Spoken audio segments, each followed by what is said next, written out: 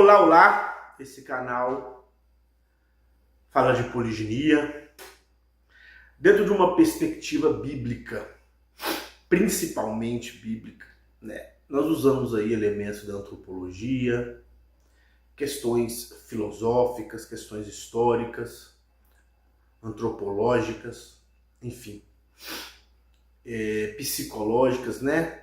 Utilizamos elementos também da psicologia, principalmente psicologia analítica.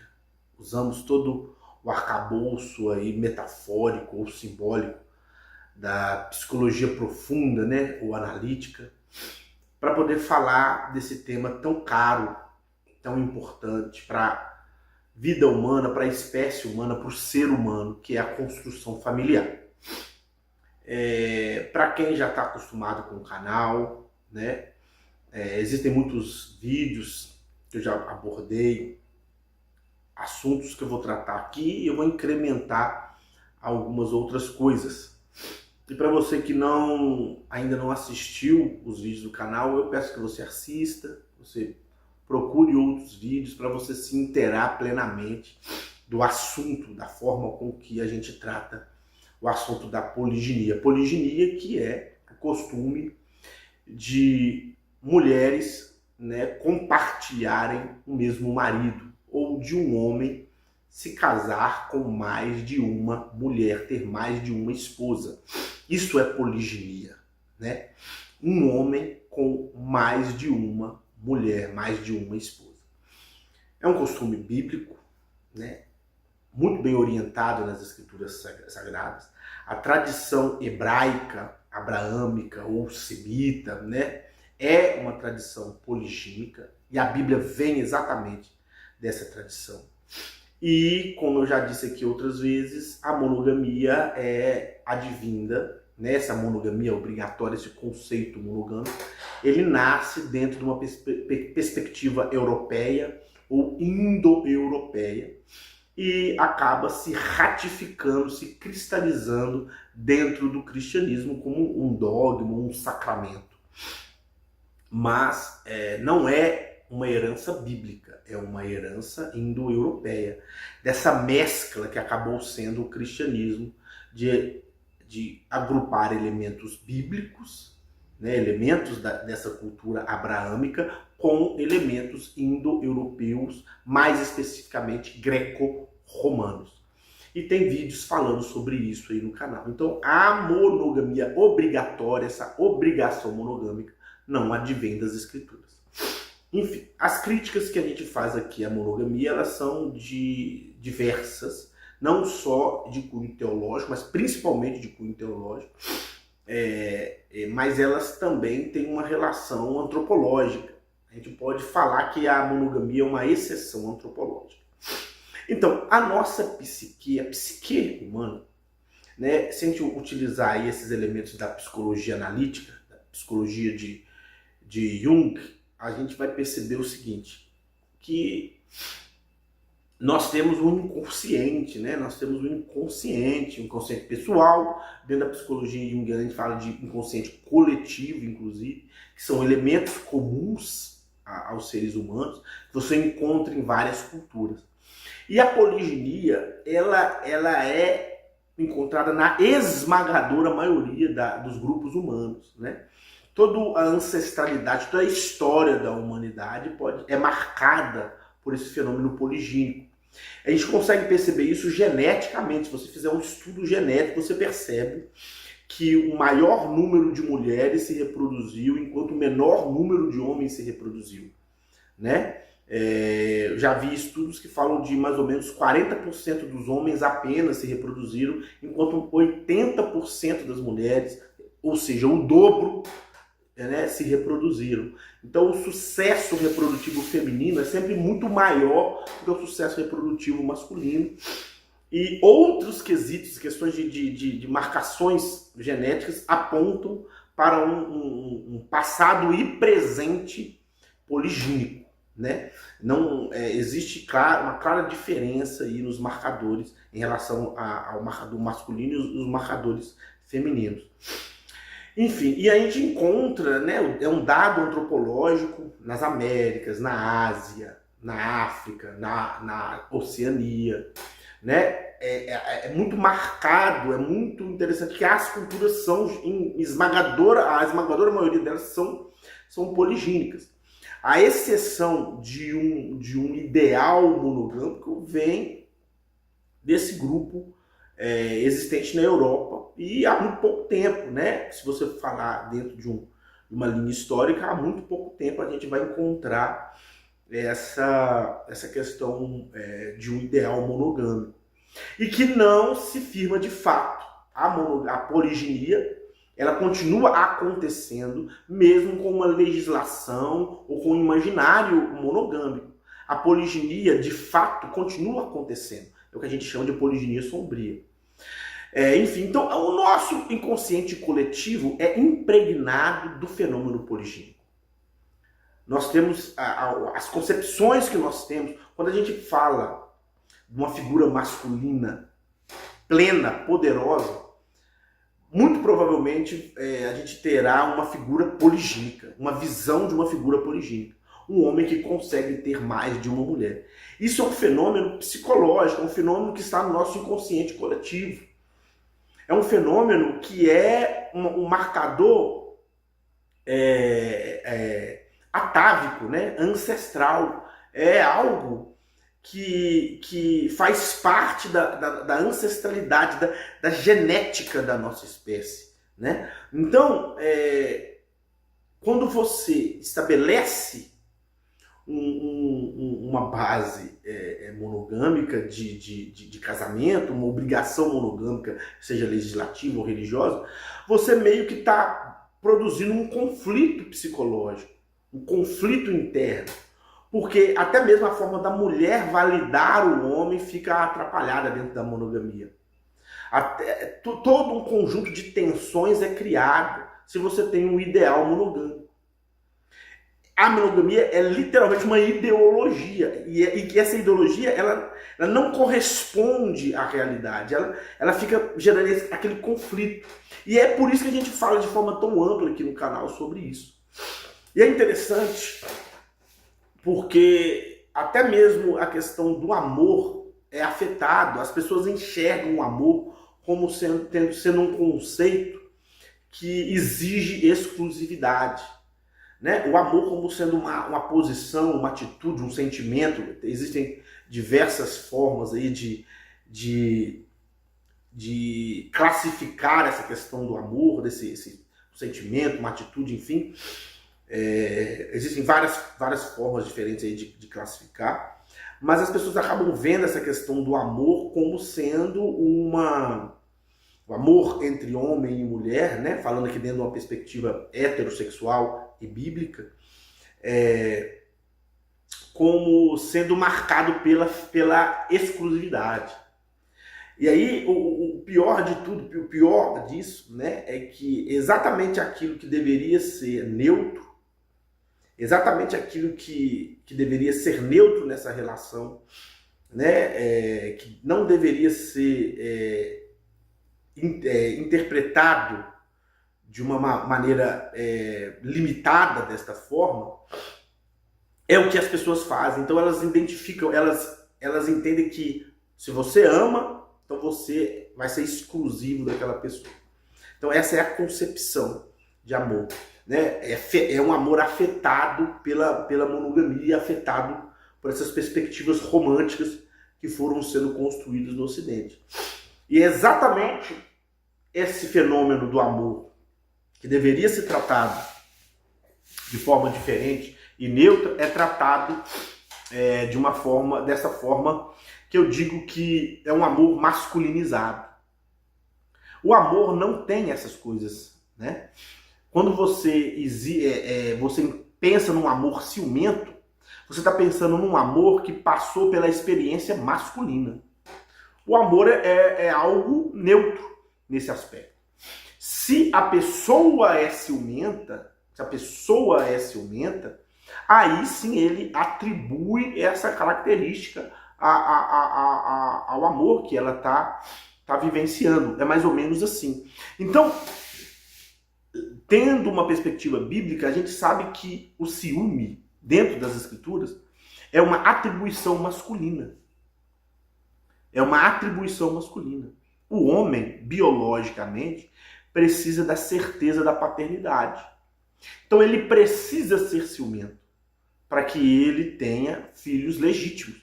Ele precisa exigir que sua mulher ou suas mulheres se relacionem apenas com ele. Então esse princípio do ciúme, principalmente o ciúme sexual, né, e isso tem outras implicações na liderança, né, na posição que o homem ocupa. Então, ciúme sexual masculino é legítimo, ele é basilar para a expressão, para a manifestação da masculinidade. Mas o amor, ele depende de quem está vivenciando, né? Ele depende de quem está vivenciando. Nesse sentido dele se manifestar ou não de forma ciumenta.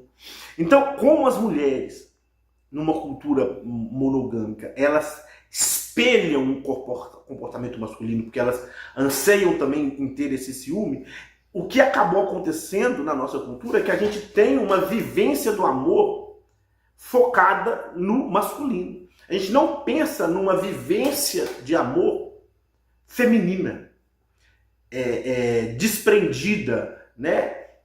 Afastada dessa questão de um territorialismo, de uma posse tipicamente masculina. Então o que acontece na nossa cultura é que nós pegamos como referência o marido. Isso serve, né, falando aí dentro de uma visão bíblica, isso serve para mim, que sou, né, que vou exercer uma função de marido. E para a mulher, isso serve? Essa perspectiva serve? Obviamente que não. Se você está em uma relação dentro de uma perspectiva bíblica, dentro de uma perspectiva heterossexual, existe aí uma função masculina e existe uma função feminina. Não tem como, né? Não tem como ter exatamente as mesmas vivências. Então, quando a mulher enxerga o amor dessa forma, ela está adotando uma postura de amar dentro de uma perspectiva masculina. Então, houve realmente uma masculinização do amor, né? Esse poder, essa força que deveria ser neutra e expansiva, né? A gente entender ela de forma expansiva, ela foi reduzida a uma perspectiva pura e simplesmente masculina. Então, o amor feminino deixa de ser vivido. O amor dentro de uma perspectiva feminina deixa de ser vivido, porque a mulher ela é inclinada a essa noção masculina. Então, quando a gente fala de poliginia, a gente está dando oportunidade para as mulheres delas viverem a tranquilidade da feminilidade. Elas viverem o amor, elas entregarem o amor de forma realmente feminina, de forma desprendida, de forma cooperativa e não ciumenta. Então é uma oportunidade de a gente ver a manifestação do amor em mulheres de forma feminina, quando a gente fala de poliginia. Um amor que não é territorialista. Uma vivência do amor que não é territorialista. O homem precisa, porque o amor dele passa pela masculinidade. Quando ele foca na mulher, ele precisa exigir esse respeito à sua masculinidade. Ele precisa exigir exclusividade. Isso é próprio do marido. E eu enxergo a posição de marido como um cargo, como uma função, como uma cátedra. A função de marido, dentro do princípio bíblico, o marido é a primeira autoridade humana. A autoridade humana basilar é o marido. O marido que é, no caso, o pai, né? O fenômeno paterno, né? O marido é a legitimação do fenômeno paterno, né? É o fenômeno paterno oficial. O marido é o pai oficial. E essa possibilidade de liderança precisa estar dentro dessa função. A função do marido não vai existir de forma bíblica, de forma plena, sem autoridade. E isso inclui autoridade em relação à sexualidade da mulher. Então o marido precisa ser ciumento. Senão ele não é másculo, ele pode ser alguma outra coisa. Se um homem decidir não ser ciumento, se o homem decidir não exigir isso, é um direito dele. Mas ele não está cumprindo com uma perspectiva masculina. Ele não estará cumprindo com essa função máscula. Ele vai cumprir a função de outra forma, né? E dentro das escrituras isso será um equívoco, será equivocado, né? Olhando para parâmetros bíblicos, será equivocado. Então o ciúme é masculino. E quando a mulher quer viver o amor de forma ciumenta, ela está querendo viver o amor de forma masculina. Então a poliginia dá essa oportunidade para as mulheres. Dá essa oportunidade para que elas se abram e vivam o amor de forma feminina. E consigam entender outra mulher como um recurso, como uma amiga, como uma companheira, como uma agregadora à família, e não como uma competidora. E eu já disse isso aqui outras vezes, o amor, somente o amor bíblico, ahavá, o amor é um fogo que se multiplica. Ele é uma chama, uma tocha, que quanto mais uma tocha tem condições de acender várias outras tochas. Ela não se acaba, porque à medida em que ela vai sendo utilizada para acender outras tochas. O fogo não se extingue. Não, pelo contrário, ele se multiplica. Então o amor deve ser visto como um fogo que é capaz de se multiplicar. A gente não pode enxergar o amor de forma fragmentada, como algo enrijecido, como uma pedra, como uma rocha, como um material enrijecido. Não, você tem que enxergar o amor como fogo. Por isso ele se multiplica. Por isso que um pai e uma mãe têm condições de amar inúmeros filhos. Por isso que nós temos condições de amar inúmeros amigos, né? Eu não estou falando aqui do amor dito conjugal, né? Mas isso também serve para o amor conjugal. Isso também serve para o amor conjugal. Então um homem é capaz de amar múltiplas esposas. O fato dele ter mais de uma esposa não significa que ele não vai amá-las. Que ele tem condições de amar apenas uma. Isso é ridículo. Isso é ridículo. E por que as mulheres, de forma conjugal, têm que amar apenas um homem? Não é por causa de uma limitação do amor, mas é por causa da função de marido. Por causa de uma exigência da masculinidade. Se você quiser ter um homem pleno, ele será ciumento. E as mulheres desejam esse homem pleno. As mulheres ficam satisfeitas com este homem pleno, que tem autoridade, que tem liderança, que tem energia masculina. Um homem não territorialista será visto pela própria mulher como um homem fraco. Então, a mulher heterossexual, a mulher que quer viver a Bíblia, a mulher que tem como parâmetro as Escrituras, desejará um homem territorialista, um homem com uma energia masculina, e isso inclui o ciúme. Então, não é o amor que faz com que o homem seja ciumento. Não é um fenômeno do amor o ciúme. É um fenômeno da masculinidade. E é óbvio que quando ela é vivida pelo homem, ela vai ter esse aspecto ciumento. O amor vai passar por esse canal masculino. Se o amor vai passar por um canal de manifestação masculino, né? Se um homem vai amar a sua esposa, essa relação marido e esposa é uma relação onde um homem é ciumento. Esse atributo é legítimo. Esse é um atributo da masculinidade. Então, se você tirar isso do homem, você está tirando um aspecto da sua virilidade. Você está tirando dele um aspecto da sua masculinidade. Então, e se você colocar na mulher essa perspectiva ciumenta, você está afastando ela do feminino. Uma mulher territorialista não está vivendo a feminilidade de forma plena. Uma mulher ciumenta, possessiva, uma mulher que vê as outras mulheres como competidoras, como rivais, ela não está vivendo a feminilidade de forma plena. Ela não está se deixando entregar pelo feminino. A perspectiva feminina para ela não está sendo vivida.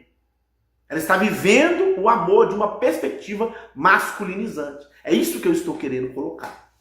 Então o amor ciumento é um amor masculino, porque a feminilidade não se baseia em territorialismo. O ciúme, que eu chamo de ciúme geral, né? Todo mundo tem o ciúme das coisas, né? Todo mundo quer ter uma manutenção das relações adequadas. Então o ciúme geral, todo mundo pode sentir em algum nível, né? Agora, o ciúme sexual, que eu estou colocando, o ciúme sexual, o territorialismo sexual é tipicamente masculino. E é assim que a Bíblia o trata. E como eu disse, a nossa psique, né, de forma atávica, de forma ancestral, contém elementos da poliginia. A poliginia faz parte da espécie. Então, a monogamia, ela vai gerar uma angústia, um conflito. Se você tem, usando aqui a psicologia junguiana mais uma vez, se você tem essa persona monogâmica, essa coisa social monogâmica, você vai estar em conflito com elementos poligínicos dentro da sua psique. E as mulheres admiram homens que têm capacidade de se relacionar com mais mulheres.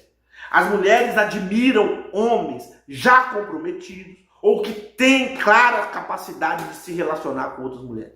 Então o fenômeno, né, dessa exigência monogâmica, dessa gaiola monogâmica, acaba, na verdade, podando o homem, confundindo, fica embaralhado. Fica embaralhado. Como fica mal resolvida essa coisa? O homem fica sem graça, né, que eu chamo de castração atiana. O homem fica sem graça. A mulher não sabe por que não se interessa mais pelo marido. Quando ela consegue dominar o cara, é exatamente aquilo que faz ela perder o interesse. Quando o homem perde dinâmica, quando ela entende que aquele homem ali é só dela, exatamente isso muitas vezes faz ela perder o interesse. Por quê? Porque a ancestralidade dela, os elementos ancestrais da psique dela, sabem que o homem pleno é poligínico.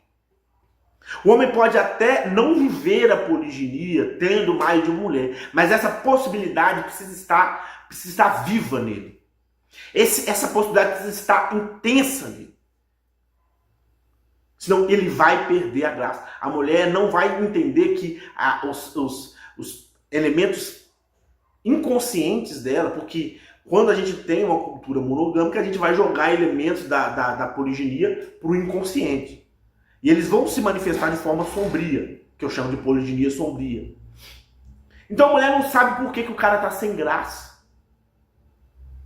A mulher não sabe por que o cara faz tudo o que ela deseja e mesmo assim ela tá sem graça. Ela não sabe por que o cara, exatamente quando ela conseguiu aquele cara que ela tinha como virtuoso, ela conseguiu ter um domínio da sexualidade do cara, ele fica sem graça.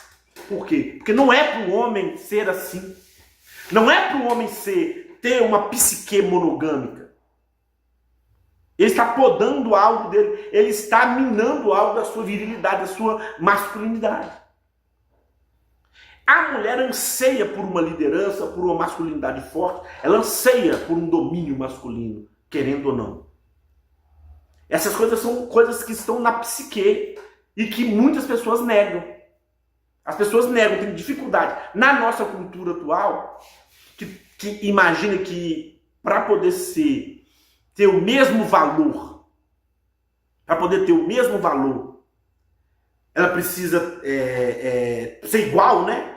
Ser sempre uma relação horizontal. A nossa ideologia atual é essa. As pessoas entram em conflito com isso, elas têm dificuldade de aceitar isso que eu estou falando aqui. Você pode ter uma liderança e isso não diminuir o liderado.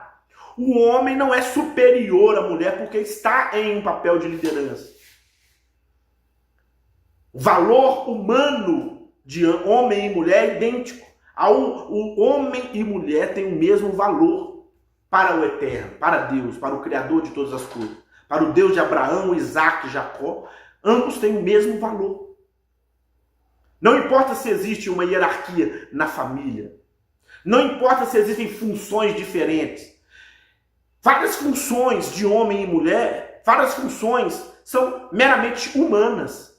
Ambos podem exercer de forma praticamente idêntica. Mas existem algumas questões, existem alguns trabalhos, existem algumas coisas que é nítido a especialização masculina e a diferente especialização feminina.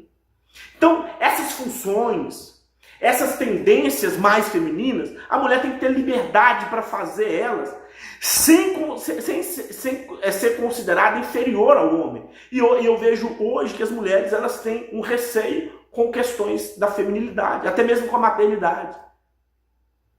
E o homem, quando ele se impõe como homem, quando ele quer ter a energia masculina, muitas vezes a cultura diz para ele que ele está sendo um tirano, que ele está sendo machista ou alguma coisa do tipo.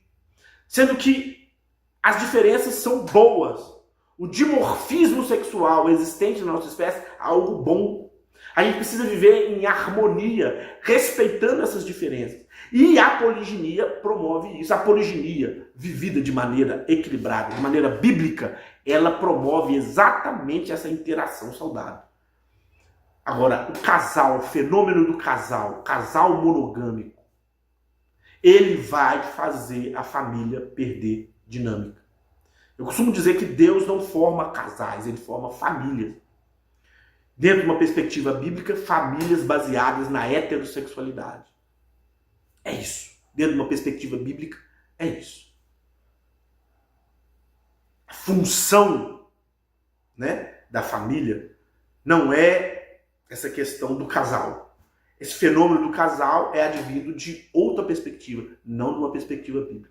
Então não existe casal na Bíblia. O fenômeno de Adão e Eva é o fenômeno da formação de uma família baseada na heterossexualidade. É isso que está lá nas Escrituras.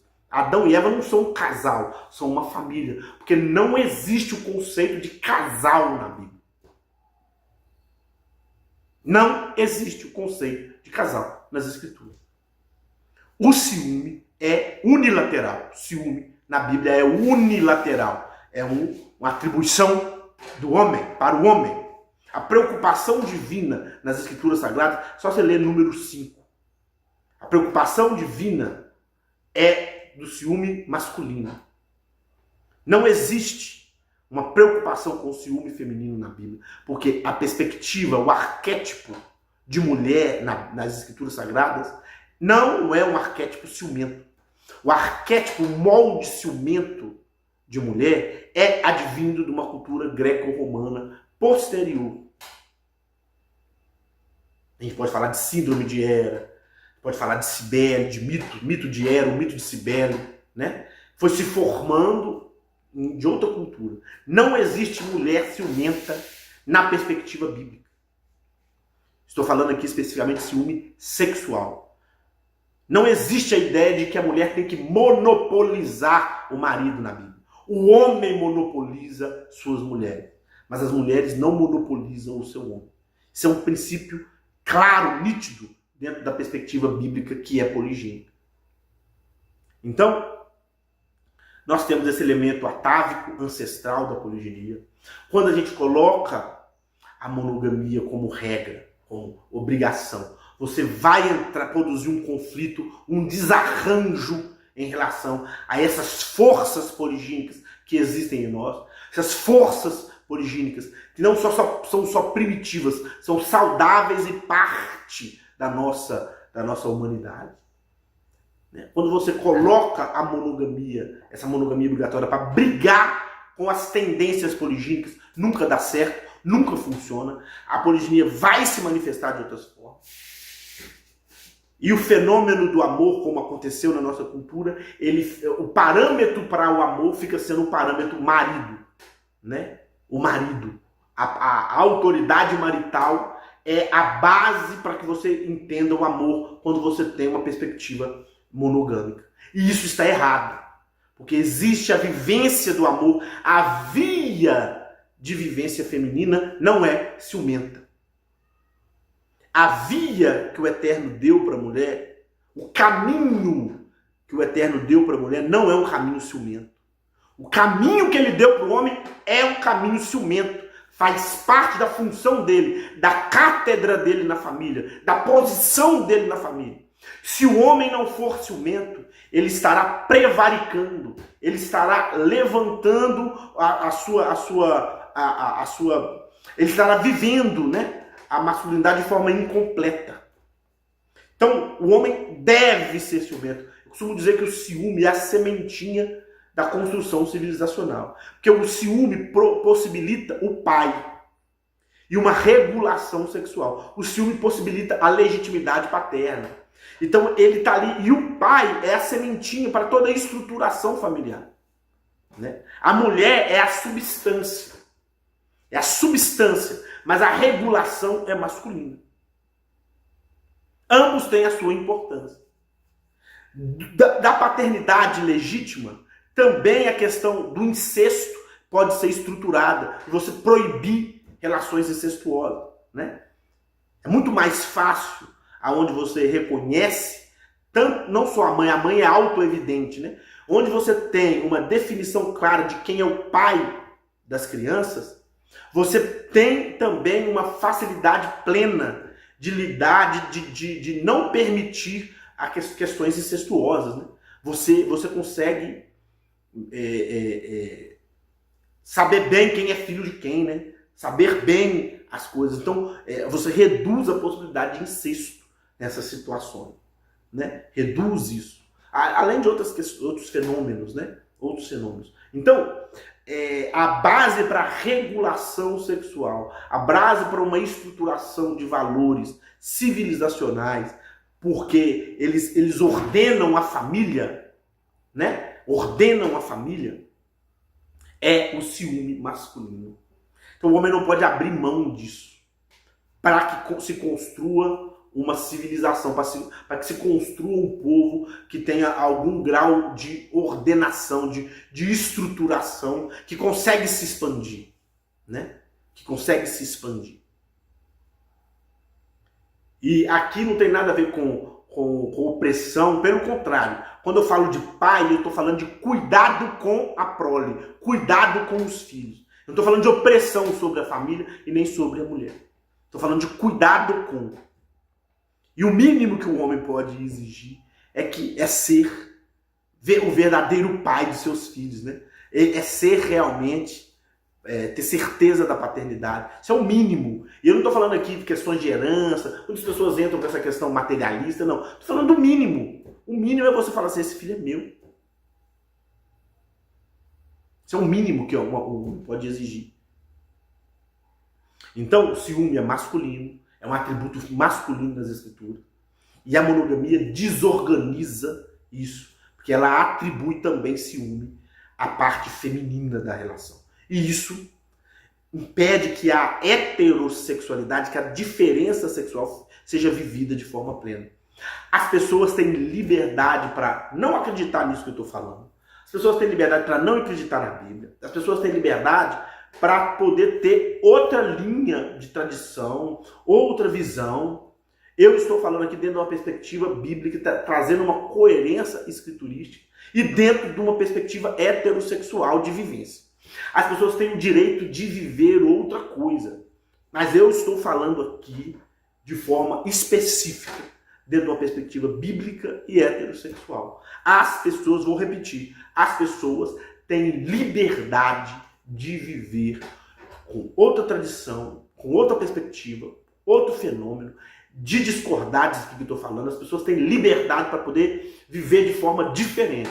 Mas eu estou falando aqui, você que quer servir, que quer aprender sobre o Deus de Abraão, Isaac, Jacó, Pai de nosso Senhor e Salvador, Yeshua, ou Jesus Cristo, né? Se você quer ter uma perspectiva hebraica, abraâmica, semita, né, essa estrutura ancestral de família, de civilização, de construção de um povo, de tribo, de nação, né, enfim, dê o nome que você imaginar. Se você quer partir de uma perspectiva, de uma base, de uma estrutura rigidamente bíblica, legitimamente, coerente com as escrituras, se você quer essa vivência, você é homem, você é mulher, se você quer viver isso, se você acredita nisso, eu estou te falando que a Bíblia é poligínica.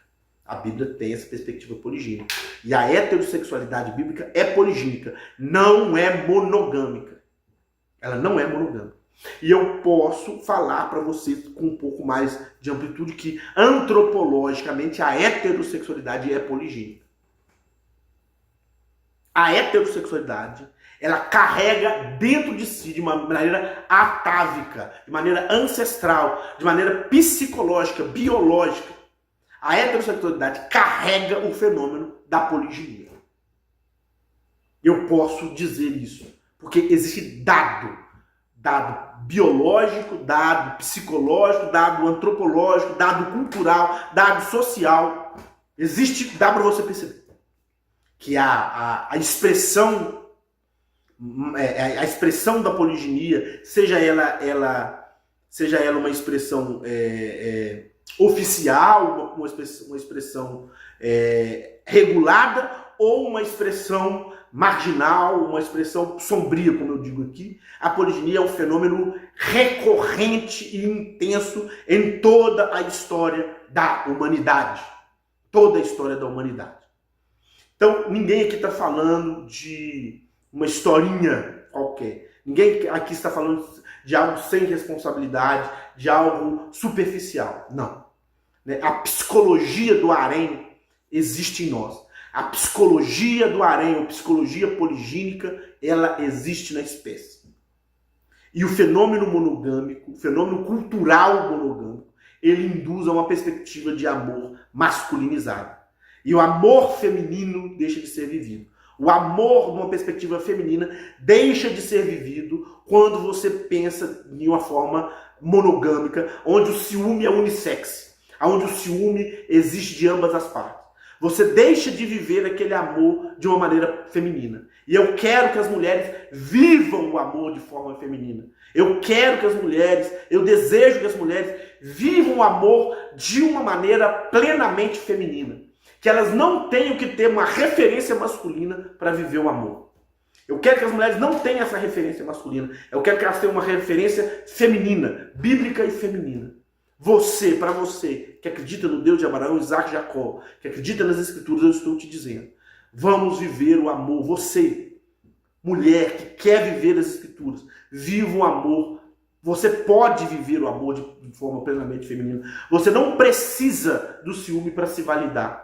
Você não precisa, o fato do seu esposo ter outras esposas dentro dos valores bíblicos não te diminui em nada. Você não é diminuída, você não é inferiorizada em nada pelo fato de um homem ter mais de uma esposa, o seu marido ter mais de uma esposa. O Deus de Abraão, Isaac e Jacó é um Deus de amor. E ele jamais regulamentaria algo que ofendesse a feminilidade. Deus não regulamentou algo que ofende as mulheres. Ele, como criador das mulheres, é o primeiro a protegê-las, a amá-las, a querer as mulheres bem. Então, pode ter certeza que a poliginia não ofende a feminilidade, a poliginia não ofende as mulheres, a poliginia não diminui as mulheres. Pelo contrário, a poliginia dá para as mulheres a oportunidade de viverem o amor de forma feminina. E não precisarem de uma referência masculina para viver o amor. Vocês não precisam de uma referência do marido. Você não precisa ser uma marida. Né? Você não precisa ser uma marida. Você não precisa emular o comportamento do marido. Emular, imitar, espelhar o comportamento do homem. Você não precisa. Porque você tem um caminho digno, riquíssimo, honesto, verdadeiro, dentro de uma perspectiva feminina. Que as mulheres voltem a ser irmãs, que as mulheres voltem a amar de forma feminina, que as mulheres joguem por terra essa disputa entre elas, Que elas joguem por terra essa ideia que elas têm que impedir o homem de viver a masculinidade. Que elas consigam ter um caminho, uma via feminina para a sua dignificação. Você tem dignidade. Você não precisa imitar comportamento masculino. Nem mesmo no amor. Principalmente, né? No amor. Não precisa. Vamos viver o amor dentro das nossas perspectivas, cada um na sua via, se você quer, repito, você tem a Bíblia como direcionamento, se você acredita no Deus de Abraão, Isaac e Jacó, se você quer ser um homem bíblico, você pode ser ciumento, mas você tem que ser um líder responsável e cuidar e proteger a sua família. Mulher, você quer viver a feminilidade dentro de uma perspectiva bíblica, você pode vivê-la sem o ciúme. Você precisa abandonar. O ciúme não é conivente. O ciúme não é coerente com a feminilidade bíblica. O ciúme não é coerente com a feminilidade bíblica. E é isso. Vamos viver todas as oportunidades desse amor expansivo. Vamos ver o amor de forma expansiva se manifestar. E isso inclui a visão, a perspectiva feminina de vivência. Poliginia já. Tchau.